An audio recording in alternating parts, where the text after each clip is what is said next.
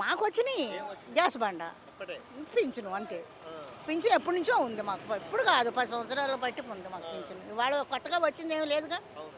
కొత్తగా ఈ గవర్నమెంట్ నుంచి నీకేం రావట్లే, లబ్ధి పొందట్లా.